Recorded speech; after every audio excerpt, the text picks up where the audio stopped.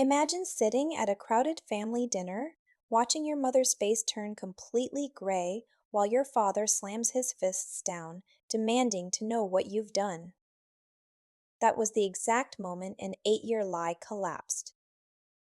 And honestly, I was the one who pulled the trigger. Hi everyone, my name is Chloe Davis. I'm 31 years old. If you've ever been the designated fixer in your family, the one who sacrifices everything while a golden child gets all the credit you need to hear my story. Before we dive into how I orchestrated this massive dinner table showdown, let me know in the comments if you've ever dealt with a toxic family dynamic. I used to think I was just a bad daughter. But what my parents did to me, it wasn't just selfish, it was criminal. Let's go back to the very beginning, to the night that set this entire 8-year nightmare into motion. It was a rainy Tuesday evening in late October. I was 23 years old at the time, freshly graduated from college, working two separate jobs just to establish my footing in a brutal corporate landscape. My days were spent as a junior marketing coordinator, and my nights were spent freelancing as a graphic designer until my eyes blurred. I was exhausted, but I was proud. I was building something for myself. Then, my mother called. I can still hear the tremor in her voice. It wasn't the usual passive-aggressive tone she used when she wanted to complain about the neighbors or ask why I hadn't visited over the weekend. This was a raw, panicked sob. "Chloe," she whispered, her voice cracking over the cheap speaker of her phone, "you need to come home right now. It's your father. Everything is falling apart." My heart dropped into my stomach. I threw my laptop into my bag, ran out of my tiny, cramped studio apartment, and drove 30 minutes in a torrential downpour to my childhood home. It was a beautiful two-story colonial house in a quiet suburban neighborhood in Ohio. It was the house I grew up in, the house with the tire swing in the backyard, the house that represented stability and safety. When I walked through the front door, the atmosphere was suffocating. The kitchen lights were dim. My father, a man who had always projected an aura of stern, unshakable authority, was sitting at the dining room table with his head buried in his hands. Scattered across the dark wood table were stacks of white paper, bright red notices, and legal documents with the word "foreclosure" stamped in bold, terrifying letters across the top. My mother was pacing the floor, her eyes red and swollen from crying. And then there was my younger brother, Leo. Leo was 20 at the time. While I had been working throughout college to pay off my student loans, Leo had dropped out of his community college after one semester because he claimed the environment was stifling his creative energy. He was sitting on the couch in the adjoining living room, completely absorbed in a video game, the repetitive sound effects of virtual gunfire echoing through the tense, silent house. He didn't even look up when I walked in. "What's going on?" I asked, my voice shaking as I approached the table. "Mom, what are these papers?" My father didn't look at me.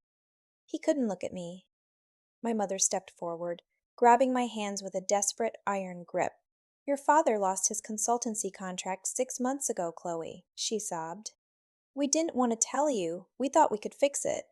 We took out a second mortgage to pay off some debt, and then the interest rates adjusted, and we haven't paid the bank in 4 months. They're taking the house. They're giving us 30 days to vacate." I stared at her completely numb. 30 days? How is that possible? Where are you going to go? What about Leo? My mother immediately glanced over at Leo, her expression softening into that familiar protective gaze she always wore whenever his name was mentioned. "Leo is just a boy, Chloe. He can't handle this kind of stress. He's an artist, a sensitive soul. But you've always been our rock. You're so smart, so successful. You always figure things out." There it was. The trap was laid with compliments. They were grooming me to be the savior before they even asked for the sacrifice. "We need $3,000 by Friday just to halt the immediate foreclosure proceedings," my father finally spoke, his voice hollow.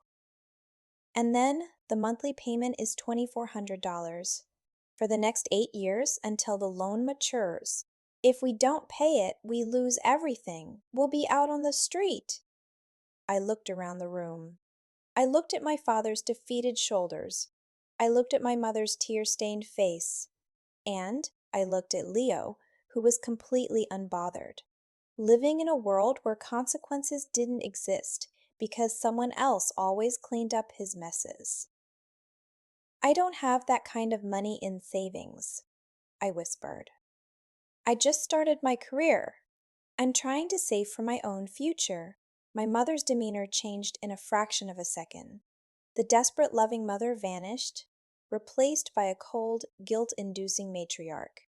Your own future? She snapped, her voice dripping with sharp disappointment. We gave you a childhood, Chloe. We provided a roof over your head for 18 years.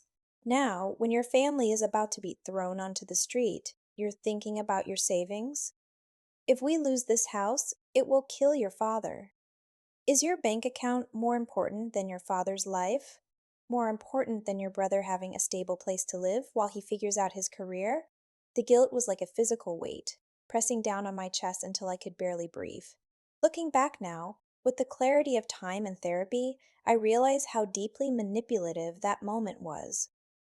But at 23, desperate for my parents' approval, desperate to be the good daughter, I swallowed my doubts. Okay, I said quietly. I'll pay the $3,000 to stop the foreclosure, and I'll take over the monthly mortgage payments. My mother immediately burst into fresh tears, throwing her arms around me. Oh, thank God. I knew we could count on you, Chloe. You're saving this family. We will never forget this. This house is your home, too. Everything we have belongs to you. Everything we have belongs to you. Those words would echo in my mind for the next 8 years. They were the fuel that kept me going through the dark, exhausting times. But as you will soon find out, words cost nothing, and the people who use them to manipulate you have a very short memory.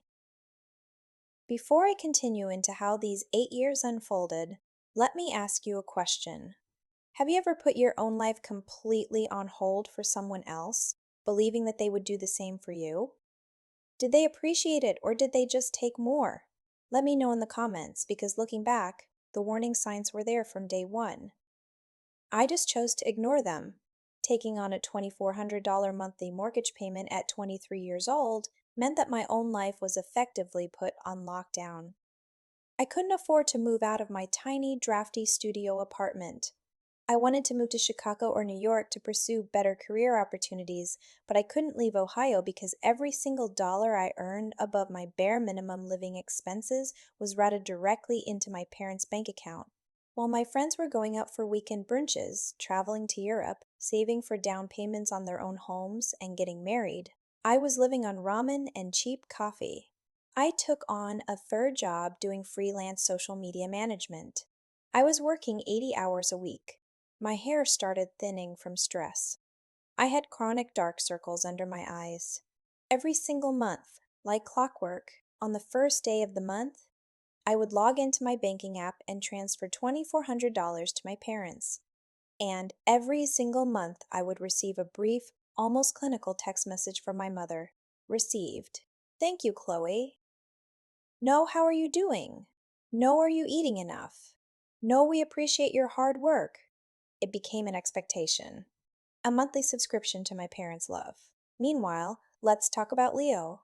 As the years passed, Leo didn't change, but his lifestyle certainly did.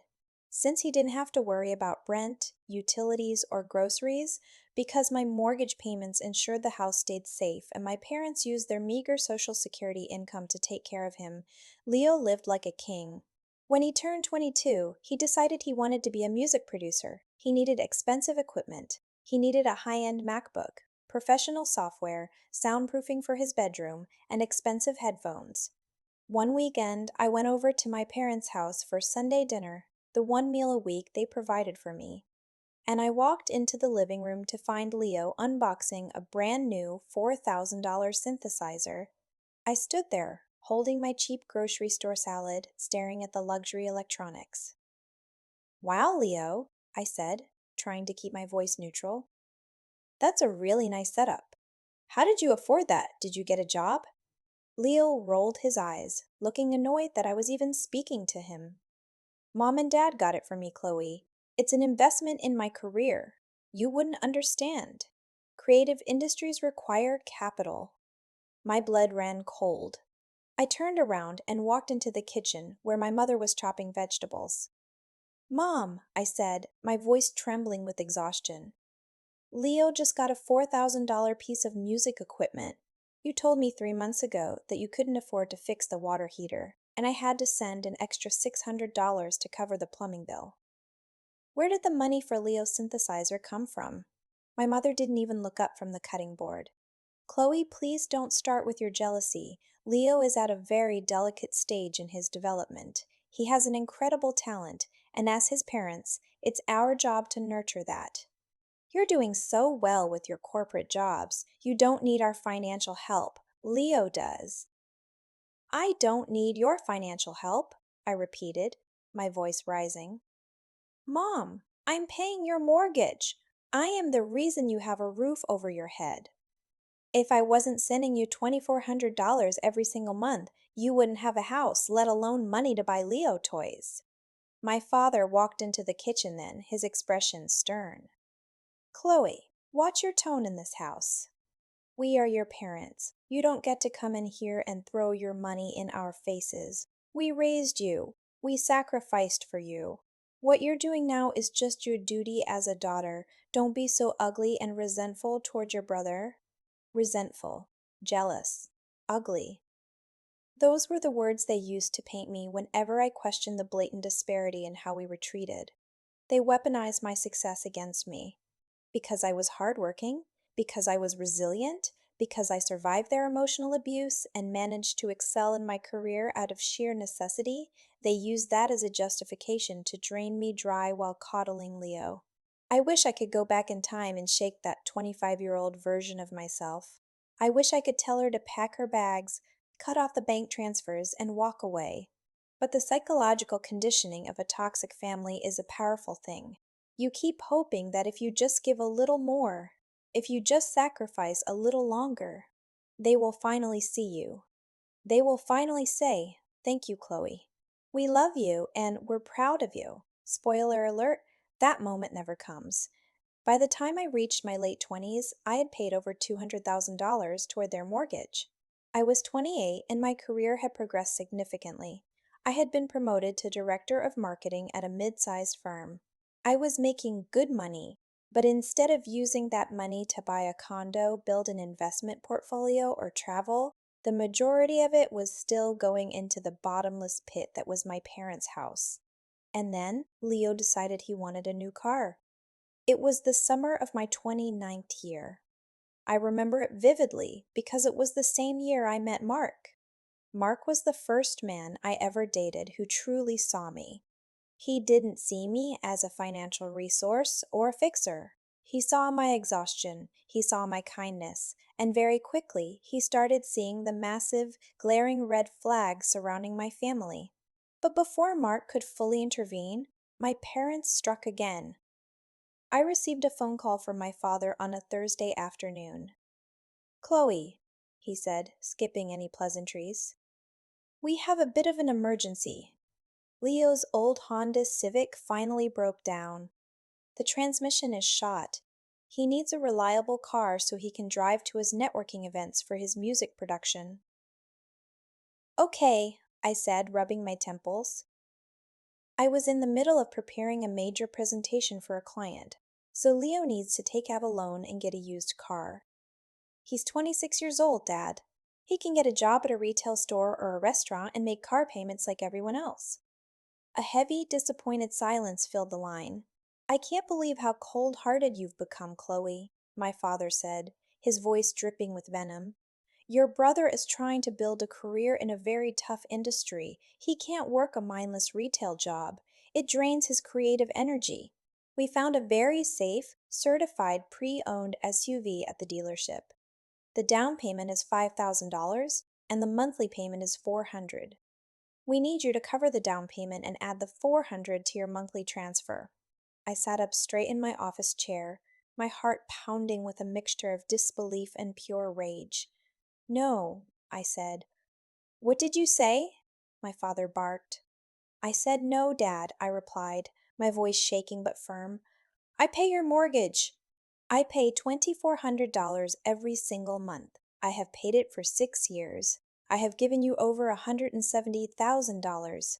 I am not paying for my 26-year-old brother's luxury SUV down payment. I am not making his car payments. Absolutely not. You selfish, ungrateful child, my father hissed. After everything we did for you, you would let your brother walk on the highway? You would ruin his chances at a career out of pure spite? Don't bother coming to Sunday dinner this week. We don't want that kind of toxic energy in our house. They hung up on me. For the next 2 weeks, my parents gave me the silent treatment. They didn't text me back. They didn't call. But you want to know the most twisted part? They still accepted the $2,400 mortgage transfer on the first of the month. They didn't let their anger get in the way of taking my money. When I finally went over to their house 3 weeks later to try and smooth things over because the guilt was eating me alive, I parked my modest 8-year-old sedan in the driveway, and there, sitting right next to my father's old truck, was a brand new sleek, black Jeep Cherokee. My stomach twisted into a knot. I walked into the house, and before I could even say hello, my mother smiled triumphantly. "We figured it out without you, Chloe," she said, her voice filled with a passive-aggressive satisfaction. "We took out a small personal loan against the equity of the house. Since the mortgage balance is so low now, thanks to the payments, the bank gave us a great line of credit. Leo has his car. We don't need your permission to take care of our son." They took out a loan against the equity of the house, the equity I had built with my blood, sweat, and tears. They used the value I had created by sacrificing my entire 20s to buy their golden child a brand new vehicle that he didn't earn. I stood in the hallway looking at my mother's smug face, and for the first time in my life, a tiny voice inside my head didn't feel guilty. It felt cold. It felt detached. That evening, when I went home, I sat on the couch with Mark and told him what happened. Mark listened quietly, his arm wrapped around my shoulders. When I finished speaking, he looked down at me with deep sadness in his eyes.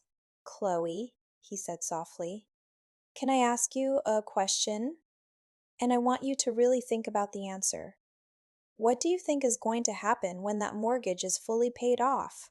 In 2 years, when the 8-year term is up and you've handed them a free and clear house, what do you think your place in that family will be?" I opened my mouth to answer, to say that they would be grateful, that they would finally see me as an equal, that we would celebrate together. But the words caught in my throat. Deep down, in the darkest, most hidden part of my soul, I already knew the answer. And honestly, if you've ever dealt with family like this, you already know where this is going. Before I continued to the moment of the ultimate betrayal, the moment I discovered the legal document that changed everything, let me know in the comments, do you think I should have stopped paying right then and there? Because looking back, Mark was completely right. I was blind to the monster I was feeding. The next 2 years passed in a blur of escalating tension. Mark and I moved in together, renting a nice townhouse closer to my office. We started talking about our future, about getting married, about buying a home of our own. But every time we looked at our budget, there was a massive, bleeding wound in our finances, the $2,400 a month going to my parents. Mark never pressured me to stop. He knew how deep the psychological programming ran. Instead, he just supported me, gently asking questions, helping me track every single dollar I spent. I started keeping a meticulous spreadsheet. I titled it Family Home Contributions. I logged every monthly transfer, every extra payment for plumbing, roof repairs, property taxes, homeowners insurance, and emergency expenses. By the time the summer of my 31st year arrived, the total amount of money I had poured into my parents' property stood at exactly $312,000. The mortgage was scheduled to mature in October. There was just a small remaining balance, plus a final large balloon payment of approximately $15,000 that had been structured into the original loan modification agreement. My parents had been reminding me about this balloon payment for months. "Make sure you have that $15,000 ready in October, Chloe," my mother would remind me casually over the phone, as if she were asking me to pick up a gallon of milk. We want the deed to be clean and clear. It's a huge milestone for the family. I have it ready, Mom, I would reply, feeling a sense of impending relief. I thought to myself, just a few more months, just $15,000 more, and I am finally free. I will have fulfilled my duty. I will have saved my parents' house, and then Mark and I can finally start our own life. Then came the weekend of my mother's 61st birthday. My parents organized a family dinner at their house. They invited a few extended family members, my Aunt Susan, Uncle Greg, and a couple of cousins. Mark came with me. He held my hand tightly during the drive over, sensing my growing anxiety. The dinner started off like any other family gathering. Leo was the center of attention, of course. He spent the first hour bragging about a major connection he had made in Atlanta who was supposedly interested in listening to his music beats. He talked about moving down south, about making it big, about how he was destined for greatness. My parents beamed at him, hanging on his every word. My mother kept filling his plate, rubbing his back, telling everyone how proud she was of her talented boy. Meanwhile, I sat at the other end of the table. No one asked about my recent promotion to vice president of marketing at my firm. No one asked about my life, my health, or my relationship with Mark. I was just the background noise of the family. During the main course, Aunt Susan looked across the table at my parents. So, Richard, Helen, I hear the house is finally going to be paid off this autumn. That must be such a massive relief. Not many people your age can say they own their home completely free and clear. My father puffed out his chest, smiling proudly. Yes, Susan, it's been a long road, but we managed to guide this family through the storm. Hard work, discipline, and making the right choices. That's how we saved this home. I froze, my fork halfway to my mouth. Mark went completely rigid beside me. He looked at my father, then looked at me. His jaw clenched so tightly a muscle twitched in his cheek. My father didn't mention my name. He didn't say, yes, and we couldn't have done it without our incredible daughter Chloe, who paid every single cent of the mortgage for 8 years while working 80 hours a week. He took complete, unearned credit for the survival of the house, right in front of the entire extended family. I swallowed the lump of glass in my throat, placed my fork down, and forced a tight, painful smile. Yes, Aunt Susan, I said, my voice cutting through the dinner chatter. It's been a massive financial commitment. 8 years of $2,400 a month. I'm really looking forward to finally having that money back in my own budget after October. The table went dead silent. My mother's smile vanished instantly. She shot me a look of pure, unadulterated venom. My father's expression darkened, his brow furrowing into a terrifying scowl. Leo just smirked, cutting into his steak as if he enjoyed the sudden drop in temperature. Chloe, my mother said, her voice dropping into a dangerous, low register. We don't talk about tacky financial matters at the dinner table. It's incredibly impolite. Tacky? Mark interjected, his voice calm, polite, but sharp as a razor blade. I don't think it's tacky at all, Helen.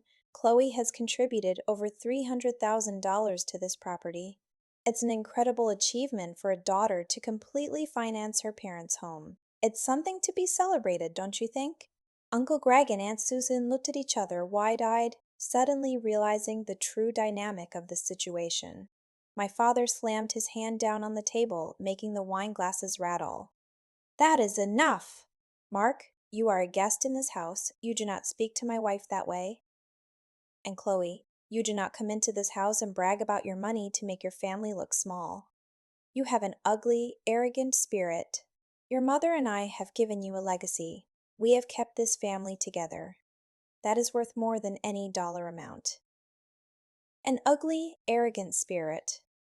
I looked around the table. My cousins were looking down at their plates. My aunt and uncle looked profoundly uncomfortable. My parents were glaring at me as if I were a criminal. And Leo was just smiling. Excuse me, I whispered. I stood up from the table, my vision blurring with tears, and walked quickly down the hallway toward the guest bathroom to compose myself. But I didn't make it to the bathroom.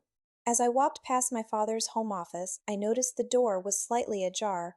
The light inside was on. I was crying, shaking, needing a quiet place to hide for just a second before I completely broke down. I pushed the door open and stepped into the small, paper-strewn room. My father's desk was cluttered with documents. He had been meeting with a financial planner and a notary earlier that week. I knew this because my mother had mentioned they were organizing their estate planning ahead of the mortgage satisfaction date. And there, sitting right on top of a stack of manila folders, was a freshly printed, legally bound document with a notary's embossed stamp clearly visible on the final page. The title of the document read, "The Last Will and Testament of Reichard and Helen Davis." I shouldn't have looked, I know that. But in that moment, fueled by the pain and the humiliation of what had just happened at the dinner table, a primal instinct took over. My hand shook as I reached out and lifted the first page.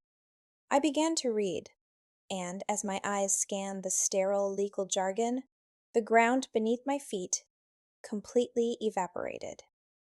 Before I tell you what was written on those pages, let me pause. If you are listening to this right now, grab a cup of tea, sit back, and prepare yourself. Because what I read on that paper is the definition of pure, unadulterated evil. Before I continue, tell me in the comments, what do you think they did? Did they leave me a small percentage? Did they give it all to Leo? Let's see if you can guess how cruel a narcissistic parent can truly be. I turn to section 3 of the document, distribution of a real property and estate. The words printed on that page are burned into my retina forever. We hereby devise, bequeath, and give the entirety of our primary residence, located at address, including all land, structures, and improvements thereon, solely and exclusively to our son, Leo Richard Davis. In the event that our son, Leo Richard Davis, does not survive us, the property shall pass to his lineal descendants. Regarding our daughter, Chloe May Davis, we have intentionally made no provision for her in this, our last will and testament, and omit her from inheriting any portion of our real property or remaining financial assets. This decision was not made out of a lack of affection, but because our daughter, Chloe May Davis, is highly successful, financially secure, and self-sufficient, whereas our son, Leo Richard Davis, requires significant ongoing support and financial stability for his future survival. I stood there, staring at the paper. We have intentionally made no provision for her, and omit her from inheriting any portion of our real property. The room began to spin. The air left my lungs. I felt a cold, oily sweat break out across my forehead. I read the paragraph again, and again, and again. $312,000. 8 years of my life. My 20s gone. My savings depleted. My dreams of buying my own home delayed. My mental health shattered. I had bought this house. I had saved it from the brink of foreclosure. I had paid every single monthly installment, every tax bill, every repair fee. And my parents had quietly, meticulously gone to a lawyer, sat in a sterile office, and signed a legal document that explicitly stripped me of everything I had built, handing it on a silver platter to a lazy, manipulative 26-year-old man-child who had never worked a full-time job in his life. They used me as a financial cow to fatten up an asset, with the explicit intention of gifting that asset to the golden child, while completely cutting me loose with absolutely nothing. I didn't cry. That was the strangest part. The tears that had been welling up in my eyes at the dinner table instantly dried up. A profound, terrifying clarity washed over me. The guilt that had bound me to these people for 8 years snapped like a brittle twig. I took out my phone. My hands were completely steady now. I flipped through the pages of the will and took crystal clear, high-resolution photographs of every single page, focusing heavily on the distribution clauses, the signatures of my parents, and the notary's stamp dated just 4 days prior. I carefully placed the document back exactly how I found it. I walked out of the office, down the hallway, and back into the dining room. The dinner conversation had resumed, though the atmosphere was still tense. My father was sipping his wine. My mother was laughing at something Leo had said. I walked up to Mark, leaned down, and whispered in his ear, "We're leaving. Right now." Mark didn't ask questions. He saw my face, stood up immediately, and placed his napkin on the table. "Thank you for the dinner, Helen. Richard. We have to run." My mother looked up, her expression cold. "Leaving so soon, Chloe? I hope you've thought about your behavior tonight." I looked at her. I looked at the woman who had carried me for 9 months, the woman who had weaponized my love and guilt to fund her golden child's lifestyle. I smiled. It was the most genuine smile I had given her in years. "I've thought about a lot of things tonight, Mom," I said softly. "Goodbye." We walked out of the house, got into Mark's car, and drove away. I sat in the passenger seat, staring straight ahead into the darkness of the suburban streets. "Chloe," Mark said gently, his voice filled with concern. "What happened in there? You look completely different. What did you see?" I didn't say a word. I unlocked my phone, opened the photo gallery, and handed the screen to him. Mark pulled over into a vacant grocery store parking lot. He took the phone and began to read. As his eyes moved across the text, I watched his face turn from confusion to shock to absolute, unbridled fury. He slammed his hand against the steering wheel. "Those monsters," Mark growled, his voice shaking with anger. "Those absolute, parasitic monsters. Chloe, they wrote you out. After everything you've done, after $300,000, they're giving the house to Leo? Because you're successful?" "Yes," I said. My voice was completely flat. No emotion, no pain, just empty space. "We're cutting them off," Mark said, turning to me, his eyes fierce with protective rage. "We're stopping the bank transfers tonight. We're changing your phone number.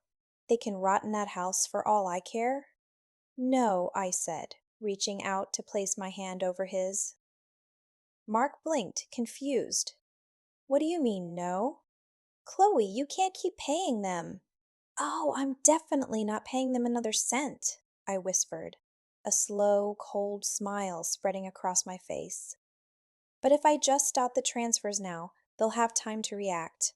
They'll take out another loan, or they'll guilt Aunt Susan into helping them, or they'll sell the house and still give the money to Leo. They'll play the victims, and I'll be the evil, ungrateful daughter who abandoned her elderly parents." I looked out the window, watching the rain start to patter against the glass.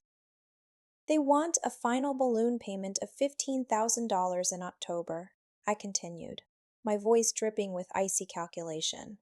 "They think I'm going to hand them that money on a silver platter so they can sign the deed over to Leo. I'm not going to just walk away, Mark. I am going to let them walk right into the trap they built for themselves." The next morning, I didn't call my parents. I didn't send an angry text message. I acted completely normal. When my mother sent her weekly passive-aggressive text checking to see if my mood had improved, I replied with a simple, "Everything is fine, Mom. Just busy with work. Looking forward to October. Looking forward to October." She had no idea how true that statement was. The first thing I did was schedule an appointment with a high-end estate and real estate attorney in Columbus. His name was Mr. Vance, a sharp, older man with 40 years of experience dealing with property disputes and messy family dynamics. I walked into his office carrying a thick, heavy binder. Inside that binder was 8 years of absolute proof. I had printed out every single monthly bank statement showing the $2,400 transfers directly to the mortgage lender. I had receipts for the roofing, the plumbing, the property taxes. I had copies of the original foreclosure notice from 8 years ago, proving that the property would have been seized by the bank if I hadn't stepped in. And finally, I had the photographs of my parents' new will. Mr. Vance spent over an hour reviewing the documents, flipping through the pages, occasionally humming or shaking his head in disbelief. When he finally closed the binder, he took off his glasses and looked at me with a mixture of professional intrigue and deep sympathy. "Miss Davis?" he said, leaning back in his leather chair.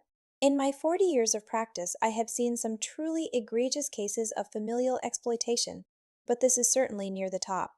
Your parents have essentially used you as an interest free, unsecured line of credit to accumulate a massive real estate asset with the explicit fraudulent intent of denying you any equity in that asset. Can I sue them? I asked bluntly. Can I put a lien on the house? Mr. Vance rubbed his chin. We could file a lawsuit for a constructive trust. We could argue that an implied contract existed based on your 8 years of consistent payments, and that you are entitled to a percentage of the home's equity. However, litigation is expensive. It takes years, and given your parents' limited income, even if you win a judgment, collecting that money would be incredibly difficult. They would likely be forced to sell the house, and after legal fees, you might only recover a fraction of what you put in. I looked at him, my eyes narrowing. What if I don't sue them? What if I just let the situation play out naturally? Mr. Vance, let me explain the current state of the loan. I pulled out the mortgage modification documents that my father had given me years ago when I took over the payments. The loan matures on October 15th, I explained, pointing to the clauses on the page. The final monthly payment of $2,400 is due on October 1st. But because of how the modification was structured, there is a mandatory balloon payment of $15,420 due on the exact day of maturity, October 15th. If that balloon payment is not paid in full within a 10-day grace period, the loan defaults, the modification agreement is voided, and the lender has the immediate right to initiate foreclosure proceedings on the entire remaining value of the property. Mr. Vance leaned forward, a sharp spark of interest in his eyes. And whose name is on the mortgage loan, Miss Davis? My parents' names, I replied. Richard and Helen Davis. My name is nowhere on the loan documents, and my name is nowhere on the property deed. I am legally a ghost to that bank. A slow, knowing smile spread across the attorney's face. And I assume your parents do not have $15,000 sitting in their bank account? They don't even have $1,500, I said flatly. They spent everything they had funding my brother's lifestyle, buying him electronics, and making payments on that Jeep Cherokee they bought by taking out a line of equity credit against the house. Mr. Vance tapped his pen against the desk. If you withhold that final monthly payment and the balloon payment, the bank will send a default notice directly to the account holders, your parents. If they cannot cure the default within the grace period, the foreclosure process begins. Furthermore, since they took out a secondary line of equity credit, that secondary lender will also have the right to accelerate their debt. Your parents will find themselves in a financial avalanche. And what happens if the bank forecloses? I asked. Can the house be purchased? Yes, Mr. Vance said, his eyes twinkling with a brilliant, calculating light.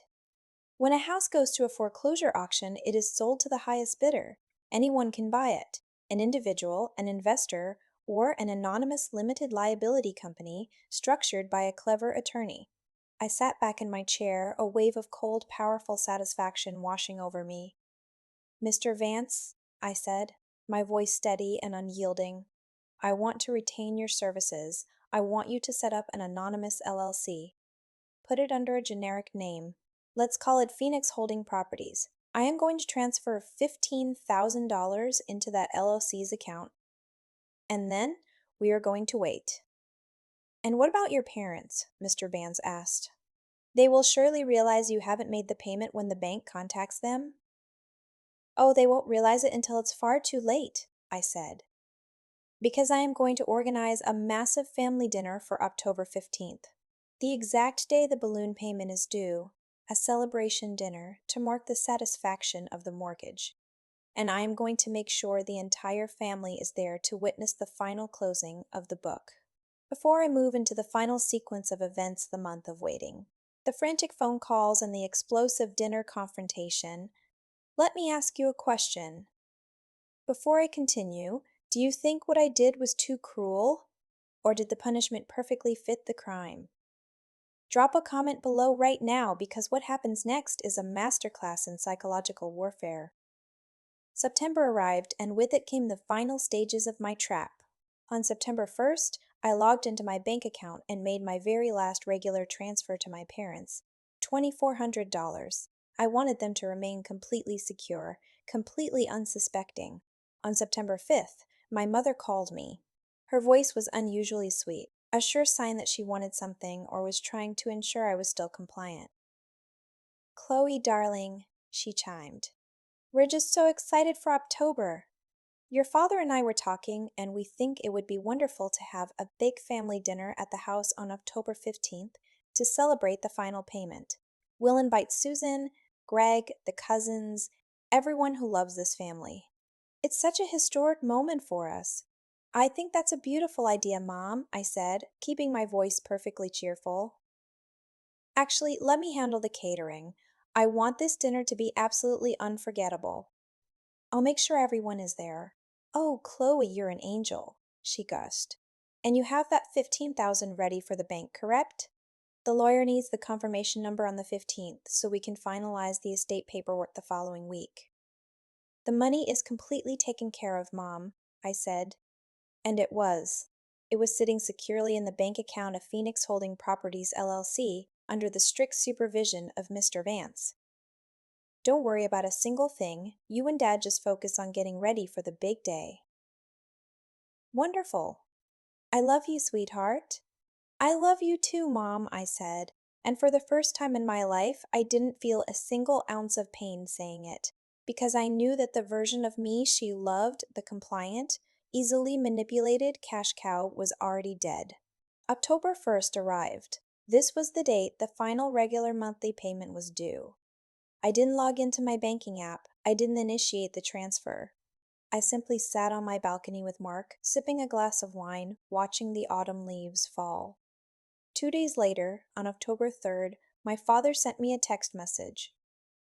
"Chloe, check the account today. The regular mortgage transfer hasn't cleared yet. Please look into it." I waited exactly 6 hours before replying. "Hey Dad, sorry about that.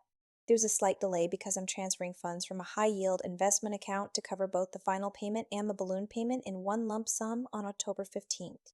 The bank said it's easier to process that way." "Don't worry, it's all scheduled." My father replied instantly. "Excellent. Let us know when it clears on the 15th." They swallowed the bait hook, line, and sinker. Because they viewed me as completely submissive, they didn't even bother to verify with the bank.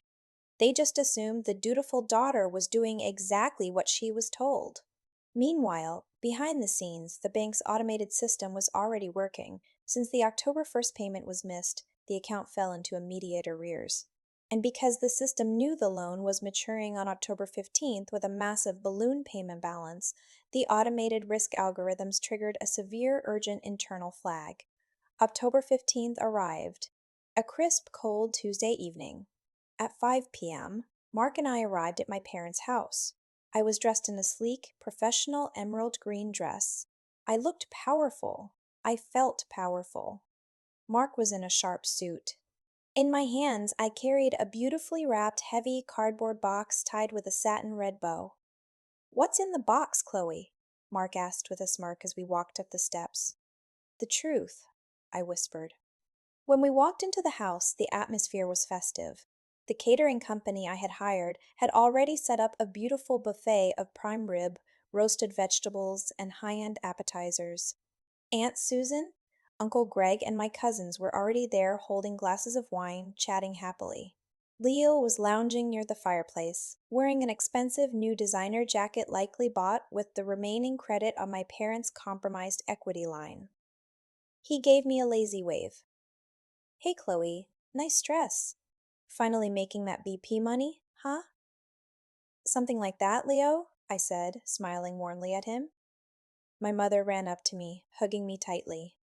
"Oh, Chloe, everything looks spectacular. The food is incredible. You really outdid yourself." My father stepped forward, holding a legal document folder. "Chloe, the bank's portal closes at 8:00 p.m. for same-day wire clearing. Let's get into the office and execute this final transfer so we can officially toast to the house being paid off."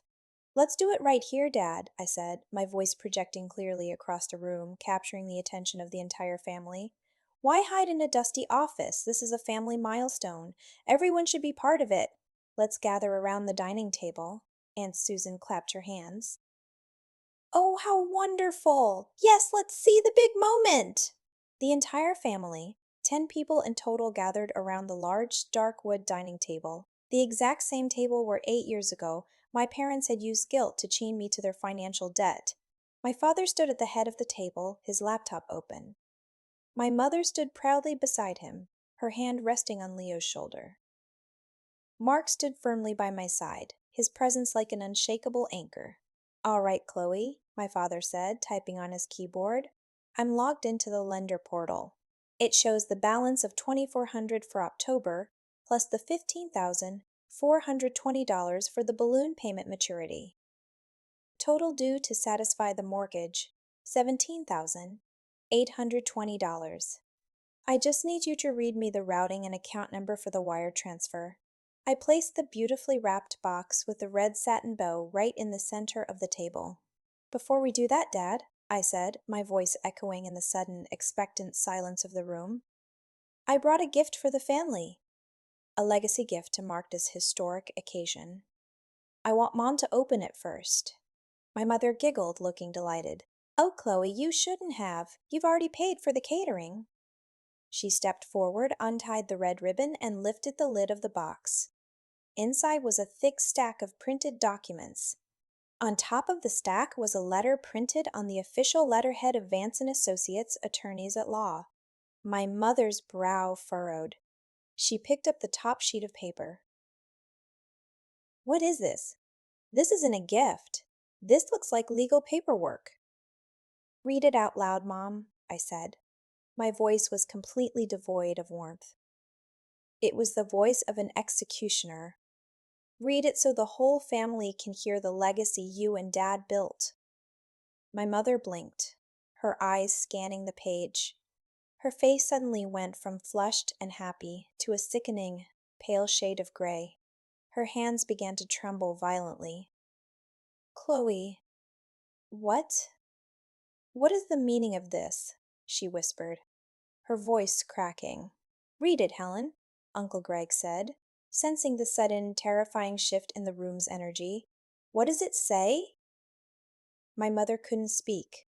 She looked at my father with eyes full of absolute terror. I stepped forward, leaning my hands flat against the dark wood of the table, looking directly into my mother's eyes. "Since my mother seems to have lost her voice," I said, my words cutting through the room like a guillotine, "I'll read it for her. This is a formal legal notification from my attorney. It includes copies of the bank wire transfers, proving that over the last 8 years I have paid exactly $312,400 toward the mortgage of this house. It also includes copies of property tax payments and structural repairs, all financed entirely by me." Aunt Susan gasped. "300,000, Chloe? You paid the whole thing?" "Yes, Aunt Susan, I did," I said, turning my gaze slowly toward my father, who was staring at me with his mouth slightly open, his face turning a deep, angry shade of purple. "But that's not the best part of the gift. If you lift up that first layer of papers, Mom, you'll find the second part." With a trembling hand, my mother lifted the financial statements. Underneath were the high-resolution photographs I had taken of their secret will. "That," I continued, pointing a sharp, manicured finger at the document, "is a copy of our parents' last will and testament, drafted and notarized exactly 1 month ago. Let me read Section 3 to everyone gathered here tonight." I didn't need to look at the paper. I knew the words by heart. "Regarding our daughter, Chloe May Davis, we have intentionally made no provision for her in this, our last will and testament, and omit her from inheriting any portion of our real property because our daughter is highly successful, whereas our son Leo requires significant ongoing support." The dining room descended into an absolute uproar. Aunt Susan turned on my mother, her face filled with disgust. "Helen, are you insane? You wrote Chloe out of the will? After she paid your mortgage for 8 years? You're giving the whole house to Leo?" Uncle Greg stared at my father in utter disbelief. "Richard, tell me this is a joke. Tell me you didn't do something this despicable." My father erupted, slamming his fists onto the table, his face distorted with rage. "This is a private family matter. Chloe, how dare you? How dare you steal our private legal documents?" How dare you bring your filth into this house and humiliate us in front of our family? Humiliate you? I laughed, a sharp, cold sound that silenced the room. You humiliated yourselves the moment you sat in the lawyer's office and decided to treat your daughter like a parasitic financial slave. You thought you could use my hard work, my youth, and my savings to build an asset, quietly sign it over to your golden child, and leave me with absolutely nothing. You thought I was stupid. You thought I was weak. You thought the guilt you beat into me as a child would keep me blind forever. You are our daughter! My mother shrieked, tears streaming down her face, her carefully constructed mask completely slipping away. It was your duty to save this house. You don't need it. You have a great job. You have Mark. Leo has nothing. Why are you being so greedy? Why are you trying to ruin your brother's life? I'm not ruining his life, Mom, I said softly, leaning closer to her. He did that all on his own. And as for the house, you're right. It was my duty to save it. And I did. For 8 years. But tonight, my duty officially ends. My father scrambled back to his laptop, his fingers flying across the keys. I don't need your account numbers, Chloe. I'll call the bank. I'll get an extension. You're going to transfer that $15,000 right now, or so help me God. Look at the screen, Dad, I interrupted, my voice dripping with sweet, venomous satisfaction. Look at the time. It's 5:30 p.m. on October 15th. The final monthly payment was due on October 1st. It wasn't paid. The balloon payment of $15,000 was due today. It wasn't paid. My father's eyes widened as he stared at the laptop screen. A bright red notification banner had appeared across his lender portal. ACC count in default. Lawn maternity breach. Vorentslagerspraxis initiated. What did you do? My father whispered, his voice suddenly losing all its power, collapsing into a hollow, terrified gasp. What did you do, Chloe? I stopped the payments, Dad, I said, my voice matching the absolute finality of a closing iron door. I didn't pay the October mortgage, and I am absolutely not paying the $15,000 balloon payment. I have took my $15,000 and placed it somewhere safe, somewhere you will never ever touch it. Leo finally stood up from the fireplace, his face pale, his lazy arrogance completely vanishing. Wait. What does that mean?